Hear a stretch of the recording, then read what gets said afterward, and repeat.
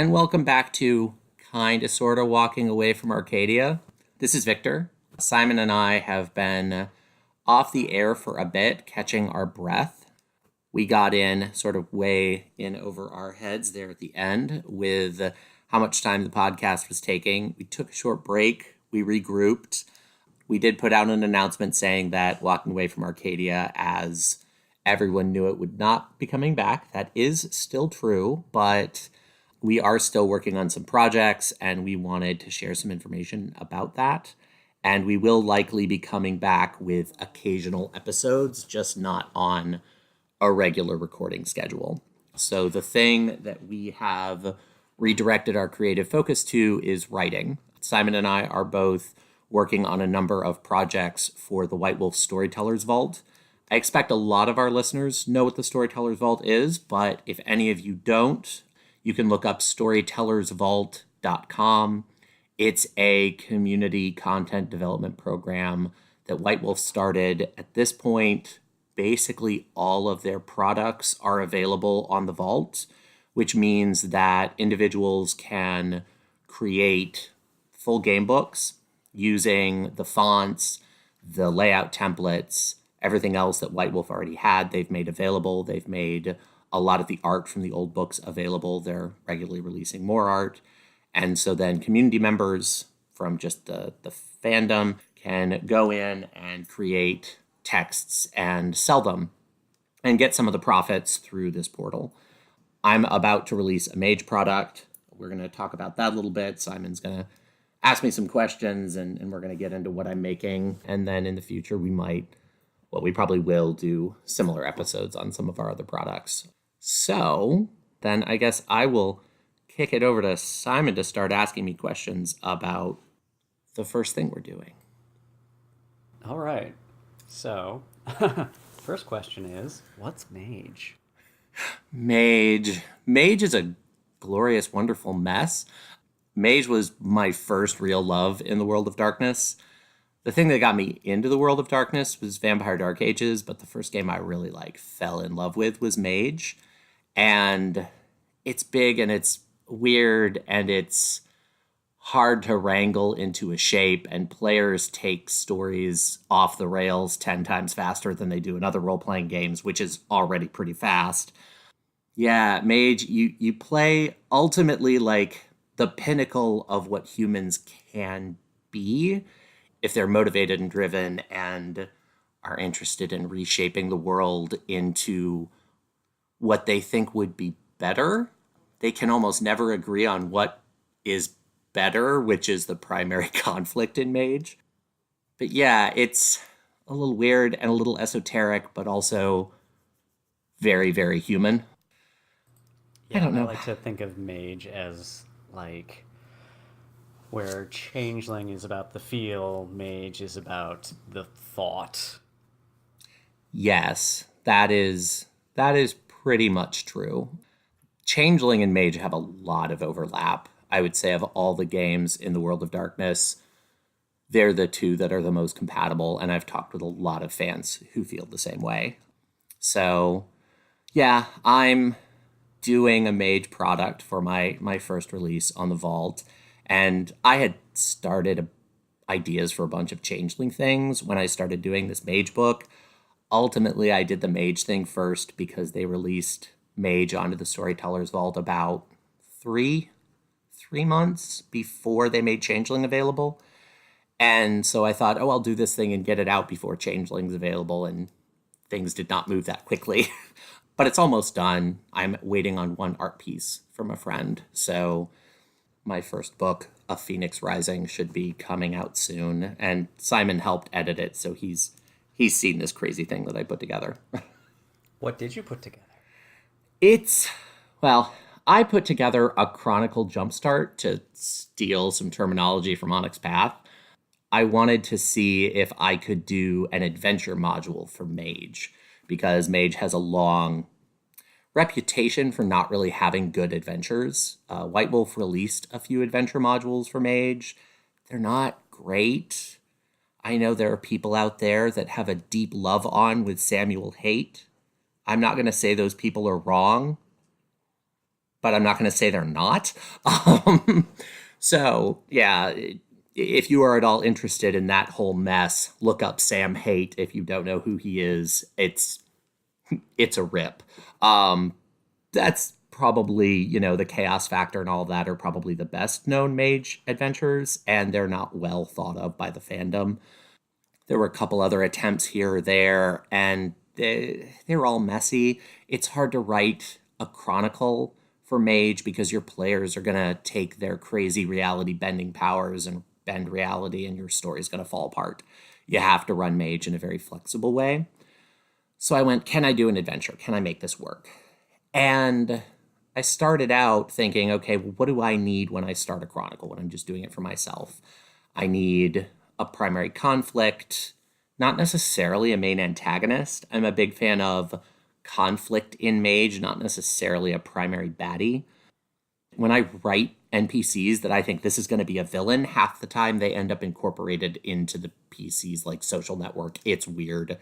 And then characters that I don't think will be primary villains turn into them because the players decide that person wants a different world than I do, and it all goes downhill. So the more flexible, the better. You never know what the hell your players are going to bring to the table.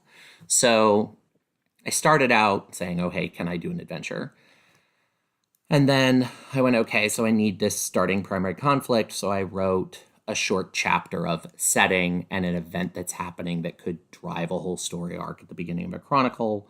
I need NPCs. So I wrote a couple NPCs. And from like a campaign module adventure standpoint, you need player templates. When I'm running a game, my players bring the PCs, but with an adventure supplement, a lot of times, you have new players, you just want to pick something up, read it, start playing. And so I wanted to get as close to that as you can with Mage. Like, that's a tall order. But I built 9 NPCs. I originally wanted to do 3 traditionalists, 3 disparates, and 3 technocrats. I ended up with 4 traditionalists, 2 of whom, well, 2 or 3, depending on how you read them, are sort of begrudging tradition members, and 1 is a true loyalist, 2 disparates, and 3 technocrats. So it kind of evens out to that. You have some strong disparate sympathies among the traditionalists in what I wrote.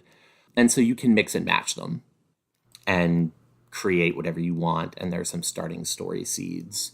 So I really tried to write a toolbox of, okay, what's going to get me to playable as quickly as possible, but work for Mage instead of try to like do a campaign. Mm-hmm. I remember when I was reading through it, doing my editing passes, the thing that it reminded me of more than like a standard D&D campaign where like the whole plot is mapped out for you. More than that, it reminded me of the 3 Immortalized books for Changeling, where you get the setting, you get a bunch of players, you get some potential conflict, go. Yeah, and I mean, Mage especially needs the flexible approach. That said, I actually think this kind of model is ideal for a lot of the World of Darkness games, maybe all of them. So, pretending that I'm somebody who uses campaign modules, what's the elevator pitch for where this fits into the Mage plot? The elevator pitch for where this fits into the Mage plot is really, you want a crash course on the Ascension War and have it make sense and apply to you. This is the campaign for you. This is the starting point. One of the other things I really wanted to do with this particular campaign or this jumpstart is I wanted to try and make the parts of Mage that everyone says are not accessible.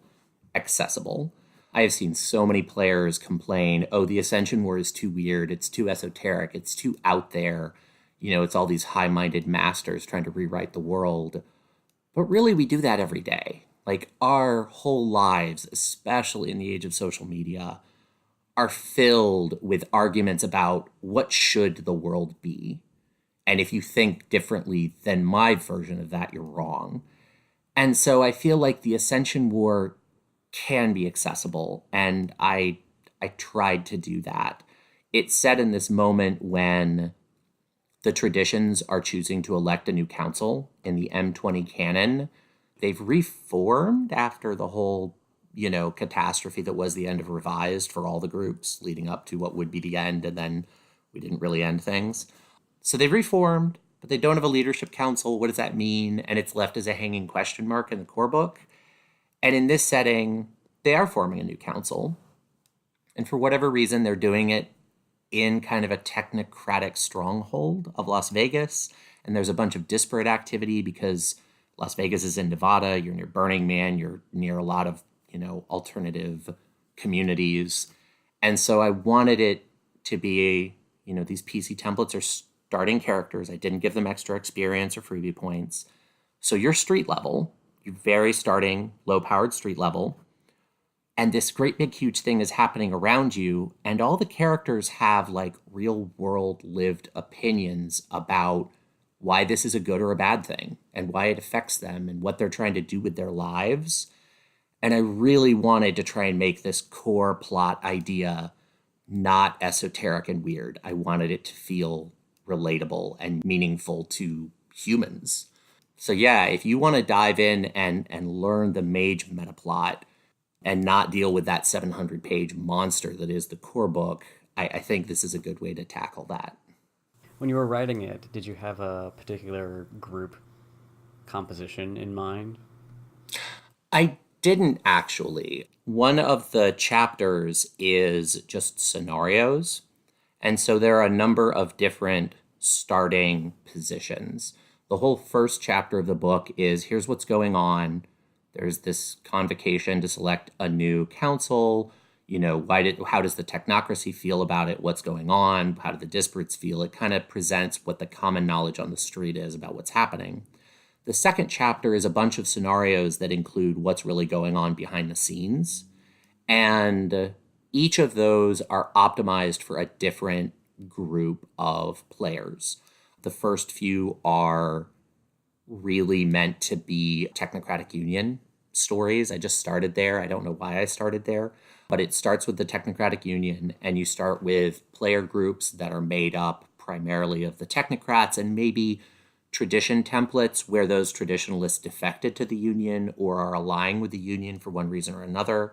Then there are a couple scenarios that are really heavily focused on the disparate point of view and the two disparate characters, and then the traditionalists that maybe would quit the traditions or would strongly ally themselves with disparates against a strong Union council, even though they're technically members. That might be your player group. The last couple scenarios and assumptions about what's really going on in the background are focused on traditionalists.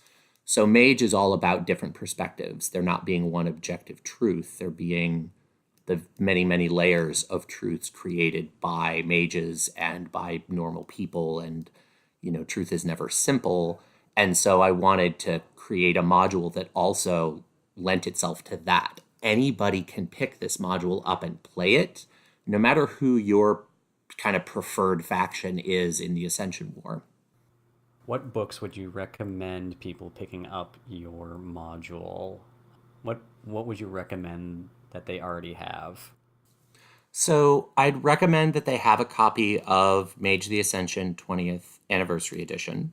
And for anyone new to Mage, you will be intimidated when you see this book. It's 700 pages.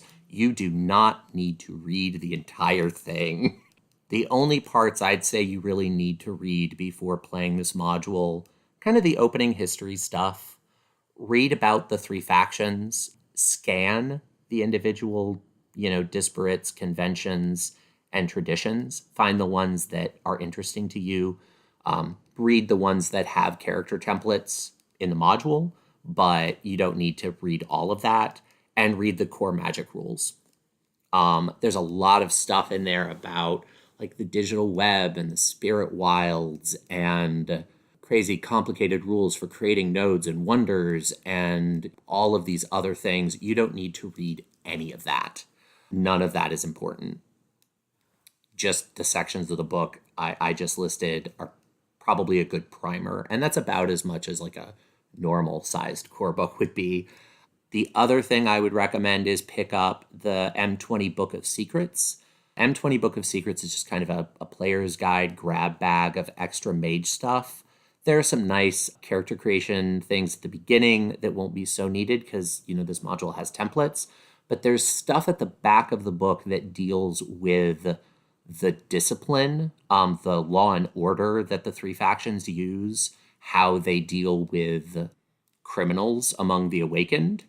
And some of what I read in that definitely led me to think about, what would it be like living under these regimes if you didn't agree with everything they were doing? Like, what are the implications of a very strong tradition council if you're sort of hyper impacted by the negative aspects of the traditions, even as a mystic? So reading that section, I think would give you some good extra information for as your campaign moves past the initial starting scenarios. I think those would be the most important things. And then beyond that, that's going to give you a lot of extra content to kind of dive into over time as you keep playing the campaign if you want. Beyond that, you could go any direction you really want to, but that's probably a good starting point. And then I guess the last two important questions are, how long do you think a table would spend playing this, and who wins? So, how long would a table spend playing this? The idea of this tradition council grew out of a Gen Con game that I ran. We did it as a one shot. We kind of went through and uncovered all the conspiracies in one game because it's a convention game. It played pretty well. It was fun. It was rushed. I think you could do anything from 3 or 4 sessions if you really just want to dig in, do kind of a mini series approach, uncover the mysteries of what's really going on, and reveal the murderer and pull the mask off, Scooby-Doo style. Or this could be the start of a multi-year campaign. I think if you did a multi-year campaign, you'd probably resolve the whole election of the council thing in maybe a few months of play. And then, you're left with the question of, okay, so we had a major influence on this thing that's going to define the awakened world probably for a generation. Now, what do we want to do in that world? That's a really important question to mages. So this could be the starting point of moving into your own campaign that you really build for yourself. So I think these characters and a set of events that are influenced by what's in this jumpstart, you could go for quite a while. The core conundrum presented is probably a moderate level story. So you're not going to tell us who wins? Oh, no. No, I'm not. I mean, who knows who wins? Like I said, there are what, I'd have to go back and look at the manuscript, but I want to say at least 5 different set of assumptions about what's really going on anyway. So it's who wins is who you want to win at your table. What winning means is also pretty questionable in this setting. The whole situation that I've presented is weird, and no one's motivations make a lot of sense when you initially look at them. You really kind of have to unravel what's going on. I also introduce a couple technocratic ideas that are relatable and yet really gross. I'm curious how people feel about the technocracy's view of deviance as presented in this particular module. So yeah, no idea who wins. Table by table winners all around. Okay, so that has been Fleeing Away from Dosatep. So I have a question for you just before we Sure. wrap up. Do you want to share any details, probably just like a 30-second pitch of any of the projects you are working on, or I guess we are working on collectively, that people might see in the first half of the year for Changeling? The one that's closest to done is I'm working on a project that looks at the effects of colonialism and highlights the place that should have in Changeling the Dreaming's meta plot, especially surrounding Concordia. And that's the one that's closest to done right now. It'll probably be another month-ish still. Yeah, I'm doing some editing work on that. It's turnabout for the very hefty editing job Simon took on for the Mage project, and I'm excited about that book. I'm also going to be helping with layout, so yeah, I think this quarter is likely to reveal myself as a horrible syndicate shill. When you said you weren't rooting for the technocracy, you were lying. Hey, I said different winners at every table. In terms of who I'm rooting for, I like Sarah Jane. Ooh. Yeah, well, no, she's awful, but I kind of like her because she's awful. Yeah, I feel the same way about Evelyn, to be honest. And soon, all of you listeners will get to find out who we're talking about. So we will stop being horrible teases. Thank you for listening, and listening to us blabber on about our personal projects. Especially once we get into the changeling stuff, we'll probably do a little bit more of the analysis. Why did we do these things? Picking apart details that we did in last season. I was only willing to get so far into that territory with Mage. It's a little more complicated there. But yes, we will return to our changeling focus before too much longer. But I hope some of you pick up the adventure. Simon and I put a lot of work into it. I mean, Simon came on late for editing, but it improved the quality of the book a lot. I cannot say enough how much Simon's input improved this book. So I'm looking forward to getting it out there, and I hope people enjoy it. Oh, that made my tiny black heart grow 2 sizes. We'll be back eventually.